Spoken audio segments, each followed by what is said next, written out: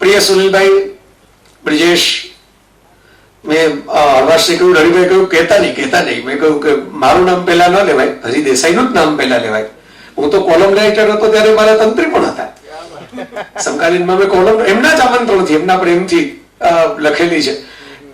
મારા ઘણા બધા એવા મિત્રો છે, હું બધાના નામ લેવા જઈશ તો અવશ્ય સમય ઘણો બધો વીતી ગયો છે, એટલે ઘણી વાર લાગશે, એટલે આપણે ઔપચારિકતામાં ન પડી.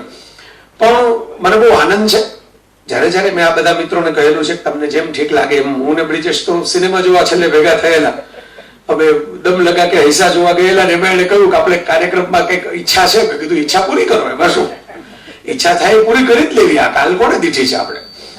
અને બહુ આનંદ થયો કે આવું સરસ મજાનું, આજે ક્રીમ ઓફ ધ ક્રીમ કહેવાય, જે દૂધનું દહીં કરીએ આપણે, પછી દહીંને બાંધી દઈએ કપડામાં, પછી નીતરે, અને નીતરે પછી જે વધે ને એને મસ્કો કહેવાય. આ અત્યારે મારી સામે બેઠા છે ને, એટલે હરિભાઈ એની અંદર પૂરતા પ્રમાણની અંદર કેસર, બદામ, ખાંડ બધું ઉમેરી દીધું છે. મારે તો ખાલી હલાવવાનું છે. ઉપર ગુલાબની પાંદડી નાખીને હલાવી નાખો એટલે વાત પૂરી, શ્રીખંડ તૈયાર. કારણ કે મને ઘણા લોકો, એટલે આવી ચર્ચાઓ મને ઘણી વાર થાય, કારણ કે આપણે જ્યાં ટોળાઓથી સમાજ ટેવાયેલો છે, આપણો દેશ જ સવા બધું ટોળું છે, ટીમ નથી. એટલે સમાજ તો ટોળાઓથી ટેવાયેલો છે. હું હસતા હસતા ઘણી વાર કહું, મેં ગઈકાલે, આજે બારડોલી હતો, ગઈકાલે બરોડા હતો, ત્યાં બરોડામાં મારે યંગ સ્ટુડન્ટ સાથે કરિયરની વાત કરવાની હતી, કારકિર્દીની. એટલે મેં બધા જુવાન વિદ્યાર્થીઓને એવું કહ્યું, હરુભાઈ કે, અને કલાધરભાઈ તમને રસ પડે એવું છે, અધ્યાપકોને રોજ તમારે રાસ લઈને, હવે એવું તમારે કહેવાય નહીં કાઠિયાવાડીમાં, પણ બાંધવા તો પડે ને, એટલે આ કામ લાગે એવી વાત છે. એટલે મેં કીધું આ ફૂટબોલનો છેલ્લો વર્લ્ડ કપ બ્રાઝિલમાં રમાણો, જેની આપણે ત્યાં બહુ બધા ટેલિકાસ્ટ થયા, અને લગભગ બધા સમાચારોમાં કંઈક જોયો. એ જોતા જોતા મને આવેલો વિચાર ગયા વર્ષે કે ફૂટબોલની રમતમાં આપણે બહુ છીએ નહીં ક્યાંય. એકાદ બે રાજ્યો, બંગાળમાં થોડું રમાય છે, પણ એ એવું નહીં કે ઇન્ટરનેશનલ લેવલે કઈ ક્વોલિફાય થાય આપણે. અને યુરોપ, અમેરિકાના દેશો, અમુક એશિયન દેશો બધા ફૂટબોલમાં છે, આપણે નથી. ભારત દક્ષિણ એશિયા ઉપખંડ જ નથી. ખાલી ભારતની વાત નથી કરતો, કારણ કે આખો ઉપખંડ મૂળ ભારત છે. તમે અફઘાનિસ્તાન ગણો, તમે પાકિસ્તાન ગણો, તમે બાંગ્લાદેશ ગણો, તમે નેપાળ, ભૂતાન, મ્યાનમાર ગણો, હવે મૂળભૂત રીતે ભારત છે. એટલે આખો ઉપખંડ ક્યાંય ફૂટબોલમાં નથી. શું કામ નથી? ફૂટબોલમાં બોલ તમારી પાસે આવે ને એટલે બીજાને પાસ કરવો પડે, એટલે ગોલ તો ત્રીજો જ કરે પાછો, રેકોર્ડ બુકમાં એનું નામ લખાય, બાકીના એ તો માત્ર ટીમના મેમ્બર તરીકે રહેવાનું. હવે આ આપણી પ્રકૃતિને માફક જ નથી આવતી કે હું બીજા માટે શું કામ આમ આટલી મહેનત કરું. હું ત્યાંથી ટાંટિયા તોડ કરીને આવું, દડો લઈને પછી આ ગોલ કરે, એના માટે મારે શું કામ માથાકૂટ કરવી. એટલે આપણી રાષ્ટ્રીય રમત જુઓ તમે, આપણે આ બાબતમાં નિખાલસ છીએ, આમ ઓછા છીએ પણ આમ નિખાલસ છીએ આ બાબતમાં, બરાબર. આપણી રાષ્ટ્રીય રમત આપણે શું બનાવી? કબડ્ડી. જેવો કોક આગળ જવા જાય એટલે 15 જણાનું ટોળું એને ખેંચી પાછો, અમારાથી આગળ જવાય જ, બરાબર. આ આપણી જો તમારી નજર સામે છે. હું કે મારું તો ઉમેરતો નથી, મારા જન્મ પહેલા બની ગયેલી ઘટનાઓ છે. એવું તો છે ને, મેં અચાનક વળી આવીને જો અમે તારણ કાઢીને પરાણે આપી દીધું હોય સંજુભાઈ. એટલે આ આપણી પ્રકૃતિ છે. એટલે મારે જે વિષય લેવો છે ને થોડો અટપટો છે. મેં હરિભાઈ નું નામ સાંભળ્યું ને ત્યારે જ મનોમન નક્કી કરી નાખ્યું હતું, કારણ કે હરિભાઈ વેલ રિસર્ચ સ્કોલર પર્સન, એટલે મને ખબર જ હતી. એટલે મેં એમને ફ્રેન્કલી આવતા જ પણ કહ્યું, હું થોડો મોડો પહોંચ્યો એટલે તરત અમારો સંવાદ ન થઈ શક્યો જૂનો, પણ મેં આવતા જ એમને કહ્યું, મેં કીધું મને ખાતરી છે કે તમે અભ્યાસપૂર્ણ રીતે બહુ સરસ રીતે બાબા સાહેબનું લઈ આવ્યા હશો, અને બુદ્ધ પૂર્ણિમા છે એટલે મેં મનોમન એવું નક્કી કરેલું કે ભાઈ રિસર્ચ બેઝ બાબતોને બાજુએ રાખવી, અને જે ફિલોસોફિકલ આસ્પેક્ટ મારા મનમાં છે, એક બાળકથી શરૂ કરીને મારી અત્યાર સુધીની આજે, હવે એમ કે હવે આમ યુવાન કેવું આપણને ગમે, એમાં વાંધો નહીં, ટી શર્ટ પહેરીએ એટલે યુવાન લાગે એવું બધા કઈ ખરા, બરાબર. પણ થોડીક મેચ્યોરિટી ઉંમરની રીતે ગણો તો ત્યાં સુધીની જે યાત્રા છે, ત્યાં સુધીમાં મેં જે જોયું છે ને મારી તમારી સાથે શેરવું છે, વેચવું છે. એટલે હવે તો કદાચ ન કોઈને વેચવું સંભળાય આપણે બધાને ગુજરાતીઓને, એટલે શેરીએ આપણે ફેસબુક ઉપર ફોટા શેર કરીએ. એટલે મારે થોડીક મારા નિરીક્ષણ, મારી થોડીક વેદના, અને મારે થોડીક જે હું જોઈ શકું છું એ હું ખોટો હું તો ખોટો કબૂલ કરવાનો ક્યાં વાંધો છે? આપણે કબૂલ કરશું 10 વર્ષ પછી પાછા સુનિલભાઈ બ્રિજેશ બોલાવશે તો કે ભાઈ તેથી આપણે ખોટા હતા, આપણને ન સમજાણું આટલી વાત. આ કેવું મોટી વાત છે. આપણા દેશમાં આ કોઈ નથી કહેતું. આપણા દેશમાં તો પ્રગટ છે એટલે સાચા જુઓ, પછી તમારે ખોટા કરવાનું હોય જ નહીં, સીધે સીધા બ્રહ્મ જુઓ. એટલે આ મારે જ જોવું છે. મેં ગઈ વખતે તમને યાદ હશે, જે મિત્રો ગઈ વખતે બેઠા હોય, મેં ગઈ વખતે શરૂઆતમાં જ કહેલું કે ભાઈ કોઈ મારા નામથી અટકથી કે મારા પરિવેશથી કોઈ કઈ ખોટા ગેરસમજો ન કરે, એટલે કે હું તો આ ચોકઠાનો જ વિરોધી છું. મારે સુનિલભાઈ સાથે રાત મધરાત ફોન ઉપર વાતો આ બાબતની થતી હોય છે. મારા જીવનમાં મેં કેવું ક્યારેય રાખ્યું નથી, મારા મિત્રોમાં કે કોઈ મારા વ્યવહારોમાં. અને મને આ સ્ટીકર જ નથી ગમતા, જાત જાતના જે આપણે કાસ્ટના સ્ટીકર લગાડીને દરેક વાત. રેલવેમાં આપણે જાય એટલે પેલા તમે કોણ, ક્યાંના, કેવા, ત્યાંથી જ શરૂ કરીએ આપણે લાઈફને, બરાબર. આ મને અંગત રીતે નથી ગમતું. એટલે તમને યાદ હશે ગયા વખતે મેં કહેલું કે જે અત્યાચારો થયા છે, જે એક જીવતા જાગતા માણસને માત્ર એના જન્મને કારણે અસ્પૃશ્ય બનાવી દેવો, એને અડવું નહીં, અથવા તો એ અડે બધું ભ્રષ્ટ થઈ જાય, આવી મનોવૃત્તિ કેળવવી અને હજારો વર્ષો સુધી મનોવૃત્તિને પ્રોત્સાહન આપવું અને એને કોઈ ધાર્મિક આદર્શ છે એવું માની અને એની ટેવ પડાવવી નાના બાળકોને પાછી નવી પેઢીને આવતા હોય. એટલે મેં એમ કહ્યું ત્યારે કે ભાઈ આ મારા વડવાઓએ, મારા પૂર્વજોએ કરેલા પાપ કહેવાય, અને મેં ભલે કર્યા નથી પણ છતાંય મારી ઓલા પોપે જેમ ગેલેલિયોની માફી 400 વર્ષ પછી માંગી હતી, એમ મારી માફી માંગવાથી એમાંથી કદાચ 1% કંઈક ઓછો થતો હોય તો હું જાહેરમાં જ કહું છું, આનાથી મોટા મંચ ઉપર કેવા તૈયાર છું કે તો યુટ્યુબ ઉપર વિડીયો અપલોડ કરી દીધો કે ભાઈ આ પાપ જ છે, આ ખોટું જ છે. અને કોઈ મને એક શંકરાચાર્યનો ફોન આવ્યો હતો, હરિભાઈ મારો લેખ મેં લખ્યો હતો જ્ઞાતિ પ્રથા ઉપરનો, આવો એમાં મેં લખેલું ચાતુર્વર્ણ્ય મયા સૃષ્ટા ગુણ કર્મ વિભાગ કરશ, એવું ગીતામાં લખેલું હોય. તો ગીતામાં તો અમુક શ્લોકો એવા છે કે જે તે કાળમાં જ લાગુ પડે. આટલા હાથી હતા, આટલા ઘોડા હતા, આટલા પિતાંબર હતા. હવે તમે વાંચીને કરો શું? જે કર્મની વાત છે અથવા તો એની જે વાત છે, જે સાત્વિક આધ્યાત્મની વાત છે, એની હું વાત નથી કરતો. પણ આ બધા તમે આના ગોખીને શું કરો? કેટલા ઘોડા ઉભા હતા, કેટલા હાથી ઉભા હતા, આને રિમાઇન્ડ કરીને શું કરો? એટલે મેં કીધું ગીતામાં કહ્યું હોય તો ગીતામાં છેલ્લે એમ પણ કહ્યું છે કે યથેચ્છસી તથા કરું, તને મરજી પડે એમ કર. આ કમાન્ડમેન્ટ નથી, આ કોઈ ઓલા શીરા ઉપર લખાઈ ગયેલા કમાન્ડમેન્ટ નથી કે જીવો ત્યાં સુધી તમારે એને ફોલો કરવા પડે, બરાબર. અર્જુનને 1 મિનિટે કહી દીધું કે યથેચ્છસી તથા કરું. આપણને નથી મજા આવતી આ શ્લોકમાં, આપણે સાઈડમાં રાખીએ. આવું ભારતમાં તો થઈ શકે સાહેબ. ભારત એ રીતે યુનિક છે, એ રીતે અજોડ છે કે ભારતમાં તમે કહી શકો અને કરી શકો. કારણ કે અહીં આપણે કોઈ એક ધર્મને, એના આદર્શને, એના કોઈ પ્રોફેટને, એના કોઈ પુસ્તકને માત્ર ને માત્ર સ્ટાન્ડર્ડ માનીને જીવવું એવું નથી થતું. મોરારી બાપુને મન થાય કે મારા હનુમાનજીને ગદાને બદલે સિતાર પકડાવી દઉં તો પકડાવી શકે, હનુમાનજી ગદા ન મારવા આવે. આપણા દેશની આ ખૂબી છે સાહેબ, આપણે એને ખામી ગણીએ છીએ. મારા ઘણા મિત્રો આને ખામી ગણે છે કે આને કારણે જ આ દેશ ઊંચો નથી આવતો અને આ દેશમાં બધા બહુ ફ્લેક્સિબલ છે અને બધા બહુ એડજસ્ટેબલ છે. એટલે એમ કહું કે આને કારણે જ આ દેશ તૂટતો નથી, એ તો પેઢીનો તૂટી ગયો. આજે ફ્લેક્સિબલ એડજસ્ટેબલ છે ને પ્રજા, અને એ લવચિક જેને ગુજરાતીમાં કહેવાય અને અંગ્રેજીમાં ઇલાસ્ટિસિટી કહેવાય, આ ઇલાસ્ટિસિટી છે ને પ્રજાની. એટલે તમે જુઓ કે તમે કાપડની થેલીમાં 5 પુસ્તક વધારે ભરી શકો. હું પુસ્તકો ખરીદવા જાઉં ત્યારે મારો અનુભવ, પ્લાસ્ટિકની થેલી ફાટી જાય અને ચામડાની થેલીમાં જગ્યા જ ન હોય વધારાનું પુસ્તક નાખવા. બેગ લઈને જાઓ તમે, ચામડાની જગ્યા જ ન હોય, કાપડની થેલી એડજસ્ટ કરી લે. એક પુસ્તક ત્રાસું નાખો ને બહાર આમ લટકતું હોય ને બીજું આમ કામ અંદર નાખ્યું હોય આપણે દબાવીને સાઈડમાં. આવું શાકભાજીમાં થાય, 2 મૂળા બહાર ડોકાતા હોય, ગાજર પટકતું હોય, 4 કોથમરી પડી હોય આમ ઉપર, બરોબર. આ શું કામ? આ આપણા દેશની લાક્ષણિકતા છે સાહેબ. અને આ લાક્ષણિકતા કોઈ ધર્મગુરુએ પેદા કરેલી નથી, આ દેશની પ્રજાએ પેદા કરેલી લાક્ષણિકતા છે. આ દેશના સામાન્ય માણસે પેદા કરેલી લાક્ષણિકતા છે. આ દેશના ફૂટપાથ ઉપર ખારીશિંગ વેચી અને સુઈ જનારા માણસો એ ભીખ નથી માંગતા, એ ચોરી નથી કરતા. એ ખારીશિંગ 10 રૂપિયાની વેચે, એમાં એને કદાચ રૂપિયો મળતો હોય. એ અખબાર 3 રૂપિયાનું વેચે, એમાંથી એને 30 પૈસા મળતા હોય. એ લોકો ત્યાં જ્યાં ફૂટપાથ ઉપર કામ પતાવીને સુઈ જાય છે, બીજે દિવસે એ જ અખબાર વેચવાની, જ ખારીશિંગ વેચવા ત્યાં બેસે છે. નથી મેં કહ્યું એમ ભીખ માંગતા, નથી ચોરી કરતા. આ માણસો ઉપર સાહેબ આ ઇલાસ્ટિસિટી ટકેલી છે. એટલે પડી નથી જતું, તો કેદીનું પડી ગયું. હરિભાઈ બધું જે સંશોધન કરીને લઈ આવ્યા છે, એમ તમે જુઓ તો આઝાદી પહેલા પડી ગયું હોત, આઝાદી પછી પડી ગયું હોત, હમણાં પડી ગયું હોત. આ પડી જવાની પૂરેપૂરી શક્યતાઓ છતાં પડતું નથી ને. એનું કારણ આ દેશનો ગુમનામ, ચહેરા વગરનો, પૂતળા વગરનો, ફોટા વગરનો કોમન મેન છે. એને કારણે આ ટકેલું છે. એ ધ્યાન રાખે છે. જે હિન્દુ રાષ્ટ્રની તમે વાત કરી, તમે વિચાર કરો, આ દેશનો જે મતદાર છે 1.25 અબજનો, એનો મોટાભાગનો મતદાર તો અભણ, અભાવથી પીડાતો, ખીચડી ખાવાના ન હોય એ પ્રકારની વ્યક્તિત્વ ધરાવતો છે. છતાં એને એટલું ધ્યાન રાખ્યું છે કે કોઈ એક જ વિચારધારા પાવરમાં 100% ના આવે. તમે વિચાર કરો, આ મતદાર રાખેલું ધ્યાન છે. દરેક પક્ષની ઈચ્છા તો એમ જ હોય કે મારી એકલાની જ વિચારધારા સતત આવે, પણ એ મતદારે રાખેલું ધ્યાન છે. એટલે એ ભાજપને જયારે પૂરી બહુમતી આપે ત્યારે પાછું 31% મત આપે. એટલે એને મગજમાં રહે કે વિપક્ષને મત વધારે મળ્યા છે. આમ જુઓ તો ટોટલ મતદાન 31% હિન્દુ દેશની અંદર તમે વિચાર કરો, એ 85% વસ્તીની હિન્દુ તમે ગણો તો ખરેખર તો ભાજપ સિવાય કોઈ રાજ જ ન કરી શકે આ દેશમાં પહેલેથી જ, ચૂંટણી નંબર 1 થી. એને બદલે આજે પણ રાજ કરવા પહેલા ગાંધીજીને એક ફૂલ ચડાવવા જવું પડે, ક્યાંક સદભાવના ઉપવાસ કરવા પડે, ક્યાંક એમ કહેવું પડે કે ભાઈ આપણે બધા સાથે જોડાયેલા છીએ. આ શું કામ કરવું પડે?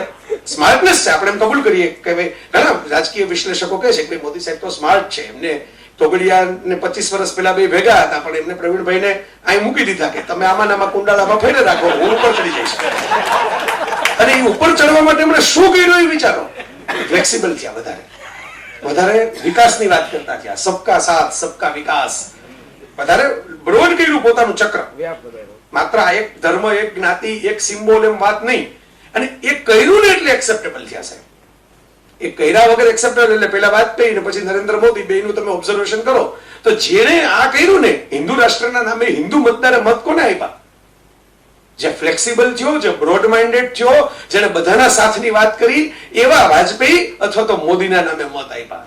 એની પછી જેને નામ આવ્યા એના નામે જ્યાં જરા કેમ લાગ્યું કે આ તો સ્ટ્રોંચ વાત કરે છે, આ તો ઉગ્ર વાત કરે છે, એના આ દેશના મતદારોએ સાઈડમાં બેસાડી દીધા. વિચારજો, કલ્યાણસિંહથી શરૂ કરીને ઉત્તર પ્રદેશની ચૂંટણીની વાત કરી હરિભાઈ, એટલે કહું છું. આવું એટલા માટે કહું છું કે આપણી નજર સામેની ઘટના છે, પણ આવી ઘટનાઓ છે ને હિમાલય જેવી હોય. હિમાલય ઉપર બરફ એટલો હોય કે ખરેખર હિમાલય કેવો છે આપણને દેખાય જ નહીં, અને બરફ કોઈ દી ઓગળે જ નહીં. અસલી હિમાલય આપણને દેખાય, એટલે આપણે બરફને જ હિમાલય કહેતા હોઈએ. આપણે એમ કહીએ કે આ હિમાલયનું શિખર, એટલે એમાં દેખાય શું? બરફ. એની અંદર શું છે? વનસ્પતિ છે, પથ્થર છે. પથ્થર છે તો કેવો છે, આકાર એનો કેવો છે? આપણે બરફને કારણે ઢંકાયેલું છે. એટલે સાહેબ આપણી માન્યતાઓના, આપણા વિચારોના, આપણા અનુભવોના, આપણા પૂર્વગ્રહોના આ બધા બરફ એટલા થરના થર હજારો વર્ષોથી જામેલા છે, એટલે આ બધું ઢંકાઈ ગયું છે. અને આ કલ્ચર જો ટક્યું હોય, આ હું એક ટી શર્ટ પહેરીને આવ્યો છું, ઇજિપ્ત છે આ ટી શર્ટ. દુનિયાની સૌથી પ્રાચીન સંસ્કૃતિ પારણાવાળી કહેવાય સંજુભાઈ, એમાંનું ઇજિપ્ત. બરાબર છે જ નહીં. પિરામિડ રહી ગયા, એટલે મમી રહી ગયા મ્યુઝિયમમાં મૂકવા માટેના.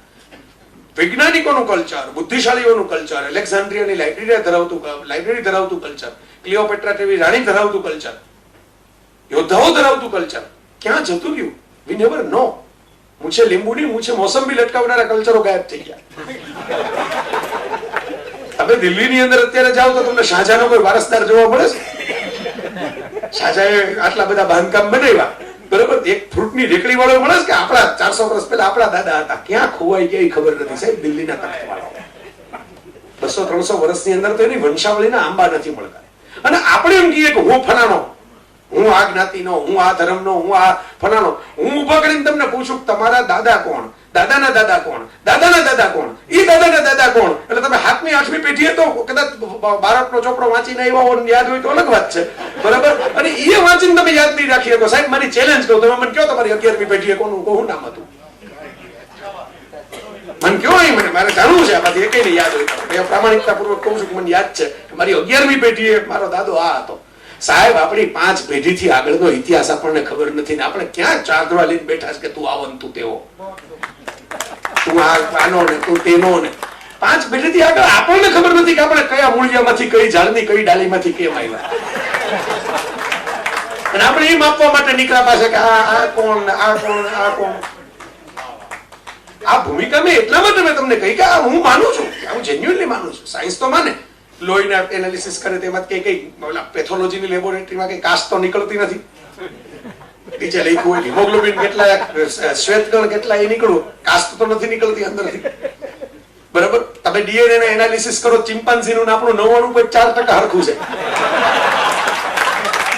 મેં તો નથી કીધું, નોબેલ પ્રાઇઝ મળ્યું છે આના માટે તો બે સાયન્ટિસ્ટને આ તારણ કાઢવા માટે. એટલે 0.6% આપણે માણસ થયા, નહીંતર ચિમ્પાન્ઝી હો. અને ચિમ્પાન્ઝી કોઈ ફળ ખાવા માટે હામી ઝઘડી કરતા હોય એવું કદાચ હશે, પણ એકબીજાને ખાલી તું ચિમ્પાન્ઝી છો કે તું ગોરીલો છો એટલા માટે મારી નાખો એવું તો જોયું નથી. એના માટે કોકને જેને શોખ હોય આવા બ્રિજેશ જેવા મિત્રોને એ પ્લેનેટ ઓફ ધ એપ્સ નામની એક સિરીઝ જોજો, ફિલ્મની બહુ સરસ ફિલ્મ છે, જેમાં વાંદરાઓ પૃથ્વીનું રાજ કબજે કરી લે છે કે આ માણસને હલાવતા જ નથી આવડતું, અમને વાંદરા જંગલમાં આઘા રાખે છે. એના કરતા અમે સારું રાજ કરી શકીએ માણસ કરતા, એમ કરીને વાંદરાઓ કબજે કરી લે. પ્લેનેટ ઓફ ધ એપ્સ વાંદરાઓનો ગ્રહ કે તમારો એનો ગ્રહ. મેં એક વર્ષો પહેલા એક સાયન્સ ફિક્શન વાર્તા વાંચેલી હતી, અર્થ સ્ટુડ સ્ટીલ. એમાં પરગ્રહના બુદ્ધિશાળી માણસો પૃથ્વી ઉપર આવે છે. પૃથ્વી ઉપર આવી અને એ માણસો છે એ આવીને એમ કહે છે કે હવે એમ કે પૃથ્વીને બચાવવા આવ્યા છે. બધા મોટા મોટા રાજનેતાઓ દેશભરના બધા રાજી થઈ જાય છે. ઓહો, કેવા મોટા લોકો આવ્યા. આપણે ઓલા કેમ કોર્પોરેટ વર્લ્ડ વાળા આવે એટલે બધા નેતાઓ રાજી થાય, સ્પોન્સરશિપ આવશે હમણાં, આપણે એમની સાથે હાથ મિલાવીએ એમ રાજી થઈ જાય. એટલે રાજી થઈ જાય છે બધા વિશ્વ નેતાઓ ભેગા થાય છે એલિયનના શિપને આવકારવા અને એમની સાથે ટ્રીટી કરવા માટે. તો ઓલા એલિયન વાળા આવીને ઓલો એને ભાષા તો નથી આવડતી પણ એટલા બધા એડવાન્સ હોય છે કે એ ભાષા ઇન્ટરપ્રિટ કરી શકે જે સામે બોલાતી હોય એને ખેંચીને. એટલે અંગ્રેજીમાં એમ કહે છે કે હવે પૃથ્વીને બચાવવા આવ્યા છે. પેલા કે હા, એના માટે તમે શું એડ આપશો? આપશો શું? પૃથ્વીને જે કઈ આપવાનું હોય પેકેજ અમને આપો તાત્કાલિક ધોરણે બચાવવાનું. એટલે ઓલા એમ કહે છે કે અમે પૃથ્વીને બચાવવા આવ્યા છે, માનવજાતને બચાવવા નથી આવ્યા. પૃથ્વીને બચાવવા માટે માનવજાત ખતમ થઈ જરૂરી છે તો પૃથ્વી બચશે, તો જીવ જંતુ પશુ પંખી પ્રાણી પાણી આ બધું બચશે. નીકળા માણસો છે ત્યાં લગી બચવા નહીં દે કઈ વસ્તુ. હું આટલી લાંબી ભૂમિકા શું કામ મેં કરી મિત્રો? કારણ કે હું જે કહું છું ને એની પાછળ આમાં કઈક બુદ્ધ છે. આજે મેં વિચાર તમારી સામે આટલા મૂક્યા એની પાછળ ક્યાંક બુદ્ધ છે. પણ બુદ્ધે જે ઉપદેશ આપ્યો તો એ જો તમારી સામે મૂકવા જાઓ તો તમે અડધા અમે મોડું થતું હોય અને આમે એમ થાય કે હવે આ બધું ક્યાં આપણે માથાકૂટમાં પડવું. બરાબર? એટલે આ વાત મૂળ વાત વૈશ્વિક વાત જે હતી, તારી અંદર ઝાંક, તારી અંદર તું જો દુનિયામાં શું છે એનું જજમેન્ટ લેવાનું બંધ કર, તારું જજમેન્ટ લેવાનું શરૂ કર. અપદીપો ભવ, આ જે બુદ્ધની વાત હતી, જે બાબા સાહેબ જ નહીં, હું માનું છું કોઈ પણ પ્રેરણાદાયી વ્યક્તિત્વ હોય એ અપદીપો ભવ ન થાય ત્યાં લગી કેવી રીતે એનો પ્રકાશ બીજાને મળે મને સમજાવો. પોતાનો અંદર દીવો પ્રગટાવે નહીં ત્યાં લગી બાજુવાળાને અંધારું દૂર કેવી રીતે કરે? મારો ઈરાદો ગમે એટલો હોય કે અંધારું દૂર કરું પણ મારા ખિસ્સામાં ટોર્ચ જ ન હોય કેવી રીતે દૂર કરું? એવી વાત થઈ. એટલે આ દીવો પ્રગટાવવો ને એ આ બુદ્ધ પૂર્ણિમાનું હું માનું છું કે તર્પણ કે કર્તવ્ય છે. દીવો પ્રગટાવો. અને દીવો એટલે કયો? અમે પ્રગટાવ્યો એ હમણાં આપણે બધા જતા રહેશું ત્યાં લગી મિલાઈ જશે. પણ જે વિચારોના દીવા પ્રગટતા હોય છે ને સાહેબ, એ વ્યક્તિ જતા રહ્યા પછી પણ આપણને અજવાળું આપતા હોય છે. જ્યાં હરિભાઈ બધા કે બધા અવતરણો આપણને આવ્યા, વિચારોના દીવાની આ વાત છે. આપણે ત્યાં ટ્રેજેડી શું છે જે હું ઓબ્ઝર્વ કરું છું, અહીં હું ક્યાંક હરિભાઈ થી થોડું જુદો પડું પણ એ તો અધિકારપૂર્વક એમને કહું કારણ કે હું એમનો વાચક રહ્યો છું. એક વાચક જેમ એના લેખક ગમતા ને હોય એમ કે ભાઈ આ મને લેખમાં આમ લાગે છે, એવી રીતે કહું કે આપણે એવું કહીએ છીએ હરિભાઈ કે ભાઈ આ ગાંધીએ આ ધર્મ લઈ આવ્યા, આ લઈ આવ્યા, આ લઈ આવ્યા. વાત સાચી જ છે, મને તો કોઈ પરફેક્ટ લાગતા નથી. બધા પોતપોતાની રીતે પોતપોતાને સગવડ મુજબ ક્યાંક ક્યાંક અમુક નિર્ણયો ફેરવી નાખ્યા. હરિલાલ ગાંધીએ ગાંધીજીને એવું પત્ર લખીને કહેલું કે તમે વિદેશથી મહેમાનો આવે એને ગરમ પાણી નાવા માટે આપો છો, તમારા પેટના છોકરાઓને એમ કહો છો કે આશ્રમની અંદર જાતે સાફ કરીને ઠંડા પાણી નાખ્યું. આવા ભેદ તમે જ શું કામ રાખો છો વિદેશી મહેમાનોના? નાના આ મહેનત કીધું ગાંધીજીના સગા દીકરા હરિલાલ ગાંધીએ કીધું છે. મારો પત્ર નથી લખ્યો, હું તો હતો નહીં ત્યારે પત્ર લખવા. એટલે એની સામે મારી એક વાત એટલી જ છે કે મૂળભૂત રીતે છે ને ગાંધીએ કદાચ એની વાણિયાગત સ્માર્ટનેસને કારણે એવું ચેક કર્યું હશે કે આ દેશને જો એક એજન્ડા ઉપર લઈ આવવો હોય તો ધર્મના હથિયારથી આવી શકે. એ ઘણા બધા નેતાઓએ પાછળથી અને પહેલા પણ કર્યું, પણ આ દેશની પ્રજામાં એક પ્રકારનું મ્યુટન્ટ જીન છે એનું નામ ધર્મ છે. અને એને કારણે આ પ્રજા દંભી થતી જાય છે દિવસે દિવસે. આ મ્યુટન્ટ જીન છે એવો શબ્દ વાપરું છું. મ્યુટન્ટ એટલે વિકૃતિ પામી ગયેલું. કોણ જાણે કેમ? તમે વિચાર કરો, તમે રામાયણ મહાભારત થી શરૂઆત કરો ને તો હું તમને કહું કે રામાયણ મહાભારતની ઘટનાઓ કેટલી સાચી કેટલી ખોટી તો ઇતિહાસના મોટા મોટા પંડિતો નક્કી કરે. અને એ ઘણા વાળા ટીવી ચેનલ વાળા નથી બતાવતા. એટલે રાવણ ક્યાં જતો એની 15-20 સાઈડ તો મેં જોઈ નાખી છેલ્લા 10 વર્ષ. દર વખતે કહો કે શ્રીલંકા વાળા કાંઈ હતો, ઓલો કાંઈ હતો, ઓલો અંદામાનમાં હતો. એટલે હવે એ નહીં, એના સ્કૂપની વાત છે. મને તો એક સાદો સવાલ થાય, એક સામાન્ય વાચકને થાય એવો સવાલ. હું એનો વાચક તો ખરો, 5000 વર્ષ જૂના 10,000 વર્ષ જૂના જે ગણો એ. રામાયણના લેખક કોણ? વાલ્મીકી. જેને આ રામાયણ આખું લેખું, જેના પર આટલું બધું જેને આપણે કર્મકાંડ રામાયણો આ તે ચાલ્યો. જો વેદ ઉપનિષદ કોઈને બહુ યાદ નથી હોતા. આપણે ત્યાં ધર્મ યાદ રહે છે આ બધા કવિતાઓના ગ્રંથોથી. રામાયણ મહાભારત એ બધા, ગીતા મહાભારતમાં આવી માટે યાદ રહી ગઈ. બાકી ઈશાવાસ્ય ઉપનિષદમાં ગીતા જેવા શ્લોક છે પણ એ કોઈ વાંચ્યો નહીં હોય અડધા. આવડા નાનકડું છે તોય આટલી હથેળીમાં સમાઈ જાય. એટલે હું કહું છું મિત્રો કે આ વાત ઇમ્પોર્ટન્ટ છે કે વાલ્મીકીએ લખ્યું રામાયણ. વાલ્મીકી શું હતા? ભીલ. વેદવ્યાસે લખ્યું મહાભારત. વેદવ્યાસ કોના પેટે જન્મેલા? માછીમાર. બરાબર? હવે અંદર કોને શું એડિટ કર્યું, શું ઉમેર્યું, શું બાદ કર્યું? સંસ્કૃતમાં તો એક ધર્મ શબ્દના પાછા 15-20 અર્થ થાય. તમે રોજિંદી ક્રિયા કરો એને ધર્મ કહેવાય, તમે જેને પૂજા પાઠ કરો એને પણ ધર્મ કહેવાય, તમે જેને રાષ્ટ્ર માટેની પ્રીતિ રાખો એને પણ ધર્મ કહેવાય. એટલે કયા કોન્ટેક્સ્ટમાં ધર્મ શબ્દ કયા શ્લોકમાં વાપરો એમાં આપણું માથું ખંજવાળવું પડે આપણે. મારો પોઈન્ટ એ છે કે જો એક ભીલના પેટે જન્મેલો રામાયણ લખી શકે અને એક માછીમારના પેટે જન્મેલો મહાભારત લખી શકે અને એને આખો દેશ સ્વીકારી શકે, તો પછી આમાં વર્ણ વ્યવસ્થાની વાત આવી ક્યાંય મને સમજાવો. આ તો એંગલ આપણે જોતા જ નથી ક્યારે. આ એંગલ તો આપણે જોતા જ નથી. નહીંતર તો ગ્રંથ જ ડિસ્કાર્ડ થઈ ગયો હોય ને આજની ભાષામાં કે ભાઈ આલે લેખો એ તો માન્ય ગણાય નહીં. એટલે હું કહું છું કે આ મ્યુટન્ટ જીન જે આપણું ધર્મ નામનું છે ને, એ હરીફરીને આપણને ઓલી આમ ઉપર જાઓ લપસણામાંથી પાછા નીચે આવીને સાબસીડીમાં પહેલા નંબરના ખાને ગોઠવાઈ જાઓ, એમ આપણે આ ધર્મના મ્યુટન્ટ જીનથી સલવાયેલી પ્રજા છે. અને આ મ્યુટન્ટ જીનને કારણે આપણામાં દંભ આવ્યો, આ મ્યુટન્ટ જીનને કારણે આપણામાં ભય આવ્યો.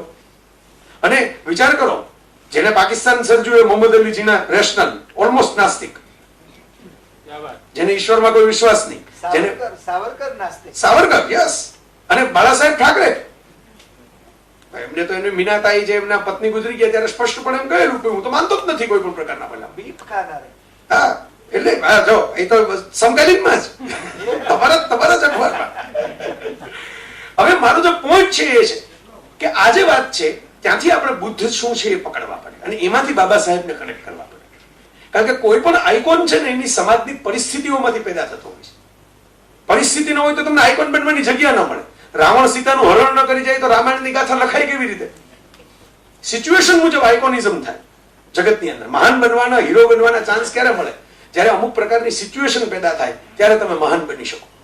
દાખલા તરીકે સાદું ઉદાહરણ કે હું તમને સમજાય એટલા માટે વાસ્તવિક અને નિખાલસ ઉદાહરણ આપું કે 2001ની સાલમાં નરેન્દ્રભાઈ મુખ્યમંત્રી થયા અને 2002માં ગોધરાકાંડના તોફાનો થયા તો નરેન્દ્રભાઈનો સ્કેલ છે એ ગુજરાતના મુખ્યમંત્રીમાંથી એક ગ્લોબલ લીડર સુધી પહોંચી ગયો ડ્યુ ટુ મીડિયા.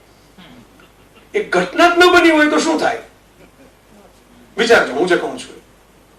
કોઈ ઘટના બને, કોઈ પરિસ્થિતિ બને, એના રિએક્શનમાંથી કોઈ માણસ અચાનક છે એ જ્યાં હોય ત્યાંથી મોટો થાય. એટલે દરેક ઘટનાને મૂલવતી વખતે આપણે એના આસપાસના કોન્ટેક્સ્ટ, જેને અંગ્રેજીમાં કહેવાય સંદર્ભો, એ વિચારવા પડે.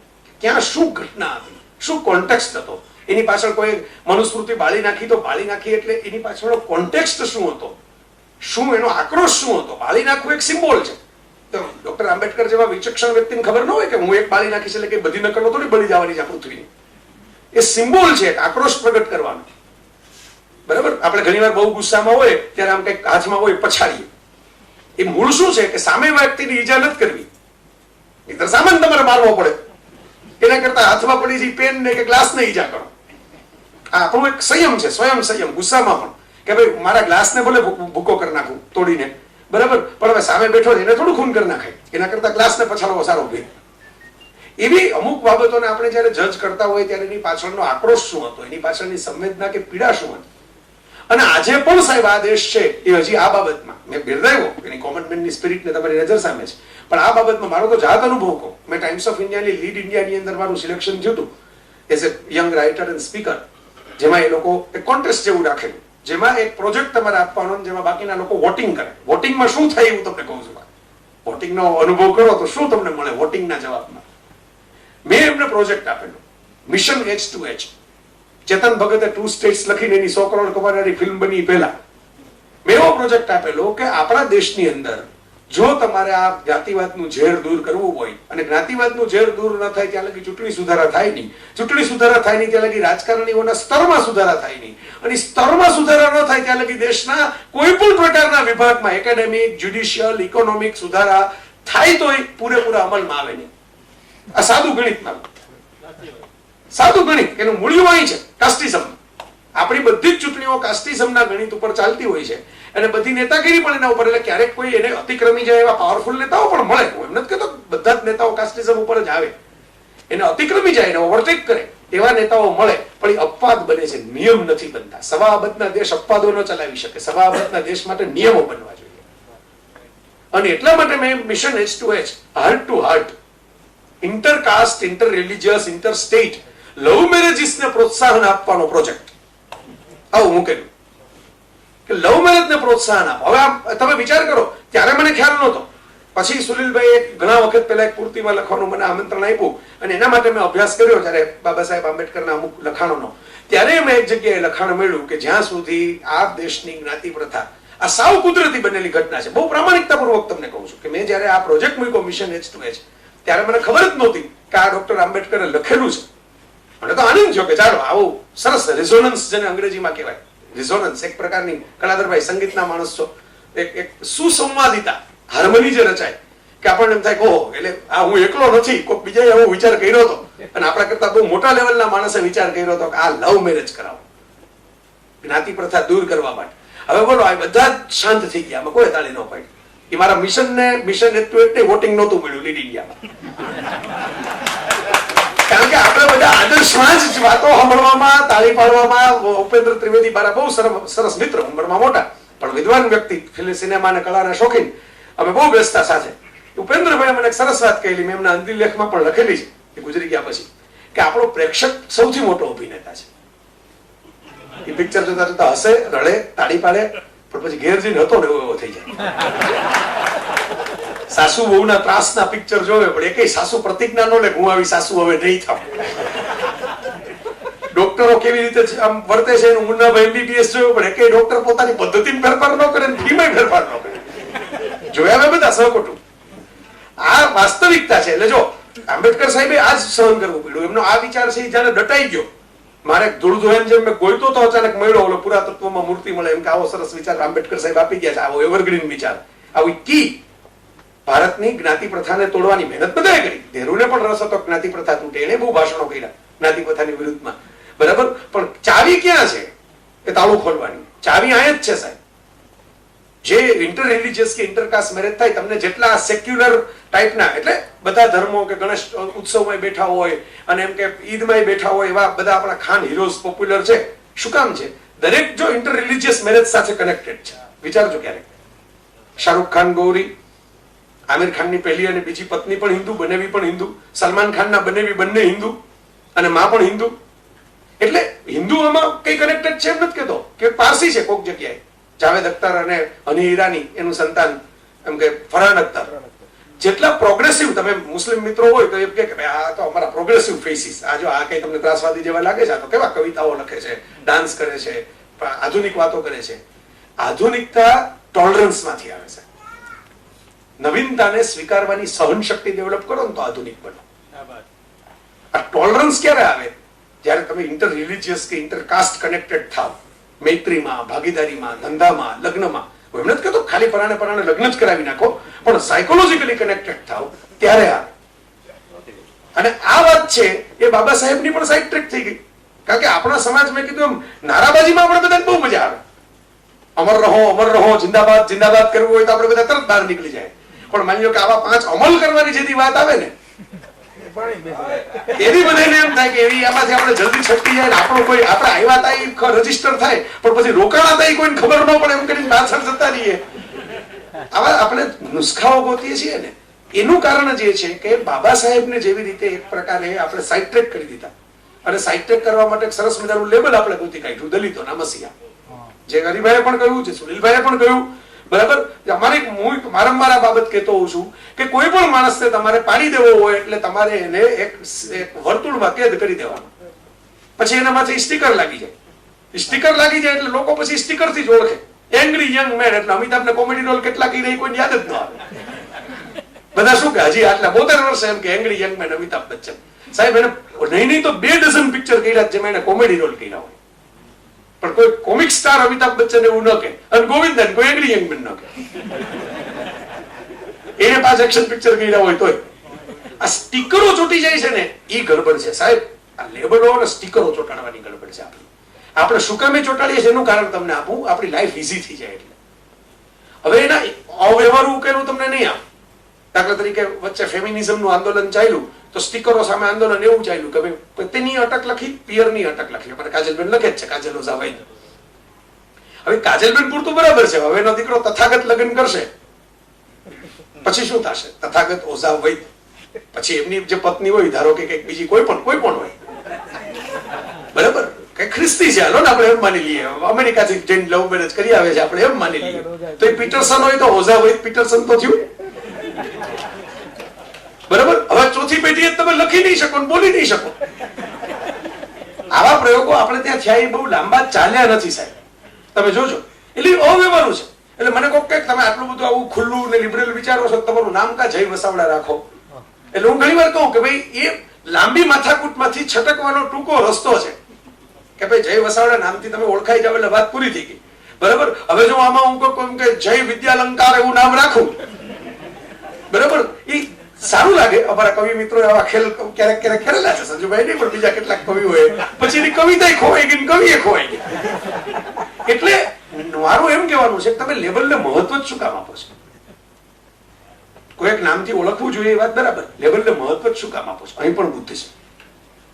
બુદ્ધે આ વાત મૂકી, લેબલો હટાવવાની, સ્ટીકરો હટાવવાની, નામ હટાવવાની.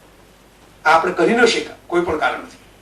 બાબા સાહેબે બૌદ્ધ ધર્મ અંગીકાર કર્યો એનું મોટામાં મોટું પ્રદાન તો એ કે બૌદ્ધ ધર્મ અંગીકાર કરવાને કારણે એટલીસ્ટ ગૌતમ બુદ્ધ ભારતની અંદર રહ્યા. બહુ તમને દેશી કાઠિયાવાડી કહેવતનો ઉપયોગ કરીને કહું તો પોદળામાં સાઠીકડું રહ્યું બુદ્ધનું, નહીતર બુદ્ધને તો આપણે દેશવટો આપેલો હતો સાહેબ. આ દેશમાંથી દેશ નિકાલ જ હું તો શબ્દ વાપરીશ. થાઈલેન્ડમાં હોય, જાવામાં હોય, સુમાત્રામાં હોય, જાપાનમાં હોય, ચીનમાં હોય, તિબેટમાં હોય, ભારતમાં ન હોય. અને આજની તારીખે પણ ભારતના 90% લોકોને વિષ્ણુના દશાવતારમાં બુદ્ધ લઈ લીધા છે, બરાબર, પણ તમે પૂછો તો એને કઈ બહુ ખબર ન હોય બુદ્ધની બહુ જાજી.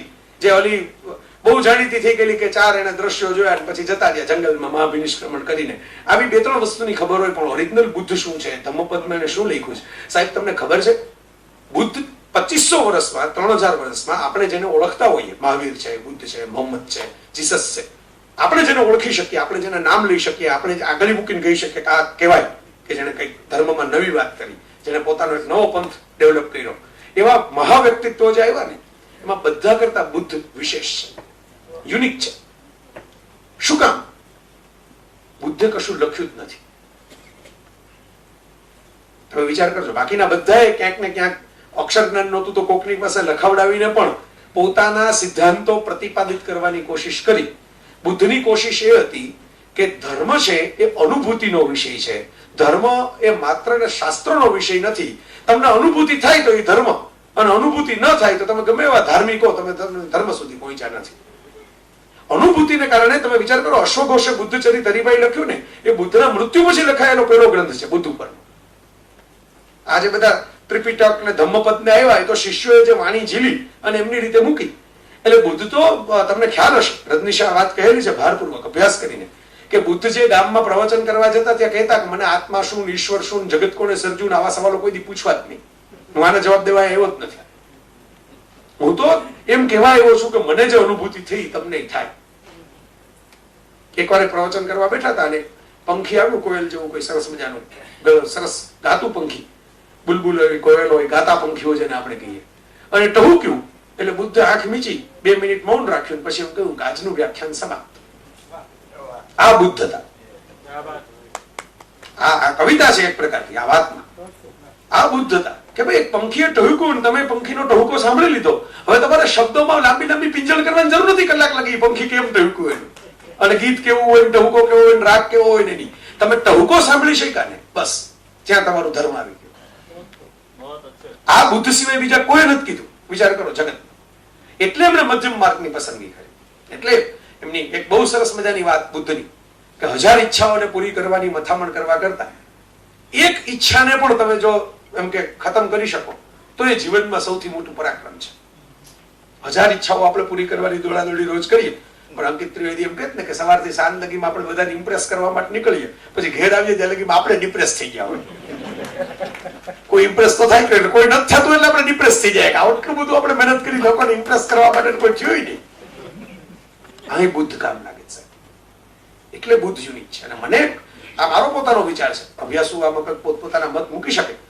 હું હમણાં સિક્કિમ ગયેલો 1.5 વર્ષ પહેલા, હું ને યાસ ને બધા અમારા મિત્રો બધા સાથે ગયેલા સિક્કિમની અંદર ફરતા ફરતા મને આ વિચાર આવ્યો. મેં કીધું અભ્યાસુ હોય એના ઉપર પાંડિત્યપૂર્ણ કંઈક કર્યું હશે, પણ હું એનો અભ્યાસ નથી કરી શક્યો, એ તમને પ્રામાણિકતાથી કહું. મને વિચાર આવ્યો કે સિક્કિમમાં બુદ્ધના જે ચિત્રો અને મૂર્તિઓ હું જોતો હતો કે બુદ્ધનું ફીચર છે મોંગોલિયન છે. આપણે જેને નેપાળી કહીને બધાને સાગમટે બોલાવી લઈએ, નેપાળી ગુરખા, બરાબર. ખરેખર બધી અલગ અલગ પ્રજા છે. નાગાલેન્ડની, મિઝોરમની, મણિપુરની અંદર પણ કબીલાઓ છે એ લોકોના રાજ્ય. બરાબર. બુદ્ધના મોંગોલિયન ફીચર્સ છે. બુદ્ધ એ પ્રદેશના રાજકુમાર હતા, પણ આ નોર્થ ઇન્ડિયાના રાજકુમાર નહીં, આર્ય રાજકુમાર નહીં, અને સાઉથ ઇન્ડિયાના દ્રવિડ રાજકુમાર પણ નહીં. રાજકુમાર પેલા ફાર ઈસ્ટના રાજકુમાર. વિચારજો.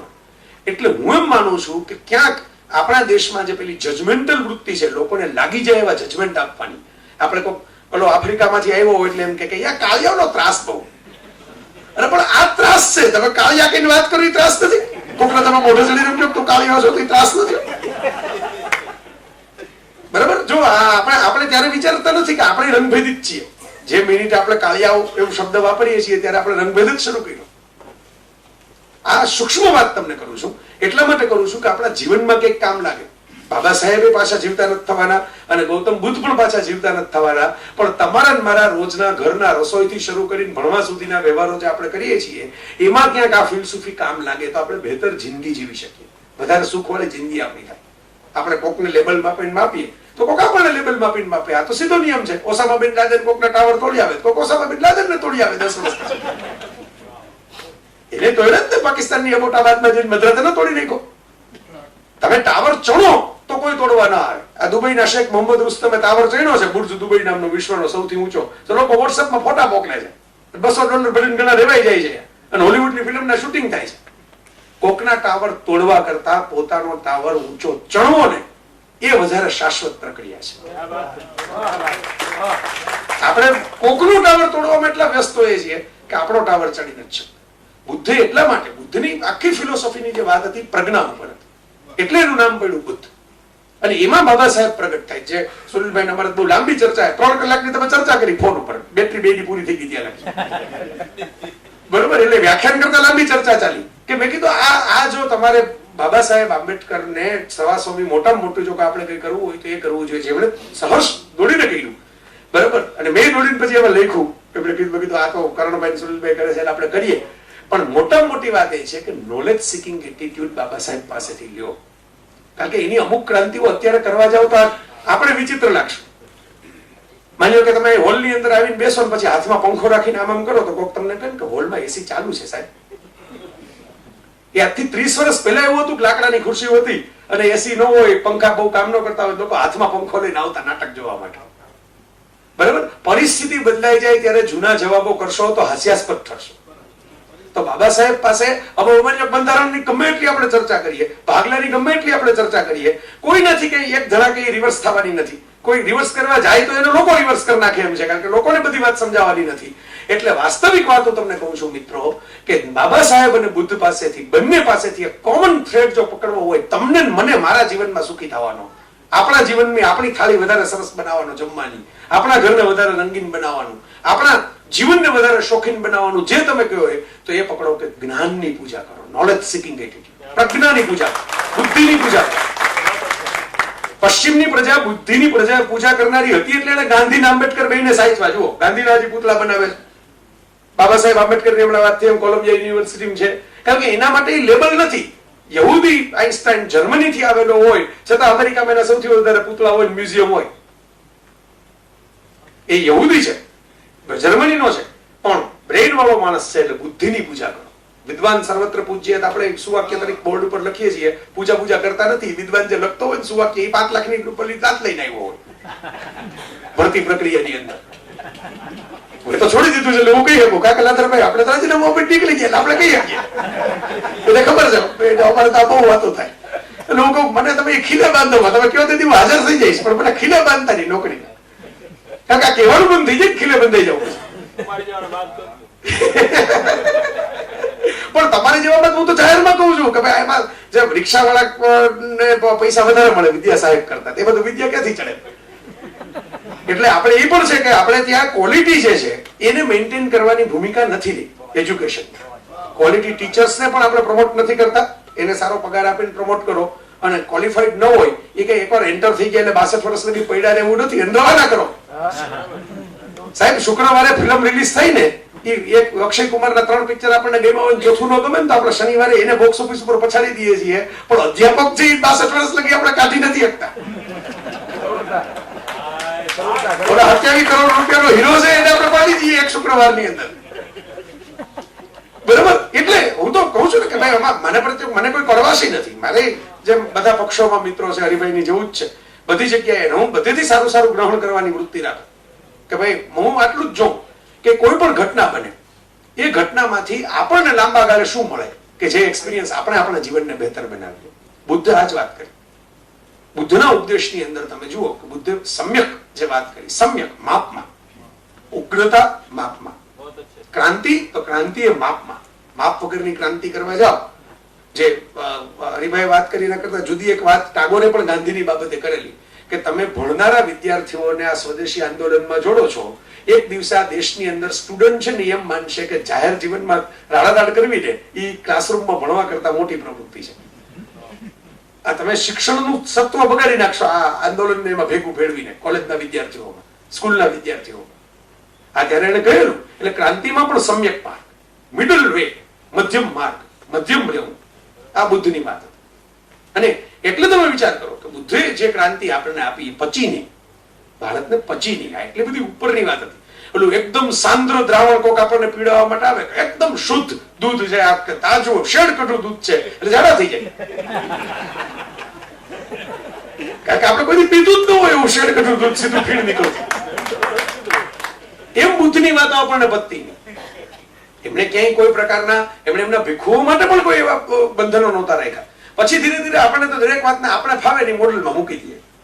એટલે આપણે આમાં ઓમ કરીને ઓમ મણિપદ્મ હોમનું ચક્ર ફેરવે રાખીએ. આપણે એમ કહીએ જો આપણે બુદ્ધ થયા તો નોખો ક્યાં જશે? તિલક કરતા 53 થયા, જપમાળાના નાકા ગયા, આ ક્યાં જશે? બરાબર? અને હું એ જ વાત કરું છું કે ભાઈ આપણે બે વસ્તુને મિક્સ કરી દીધી. તમે વિચાર કરો, એમાં ઇસ્લામ પણ આવી ગયું, બુદ્ધિઝમ પણ આવી ગયું, જૈનિઝમ પણ આવી ગયું, શીખિઝમ પણ આવી ગયું, હિન્દુઇઝમ પણ આવી ગયું. આપણે મિક્સ ક્યાં કરી બે વાતને?